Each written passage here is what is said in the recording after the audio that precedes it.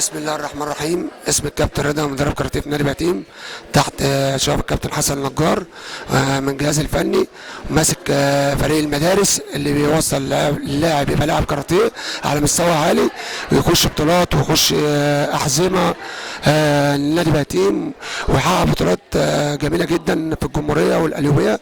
ومعانا مدرب كبير كابتن حسن النجار بطل كاتا في جميع البطولات. وكل الحمد لله احنا بنعمل بطولات عاليه في النادي ونقدم حاجه كويسه لنادي بهتيم عشان خاطر اللعيبه تبقى تأدي مارسها عادي. وطبعا اهم حاجه الدراسه والرياضه للعبه. وان شاء الله نطلع احسن من عندنا واحسن من جهدنا. وكاراتيه حاجه كويسه تشرف القليوبيه والنادي بهتيم. الحمد لله حاجه يعني مشرفه، وشكرا.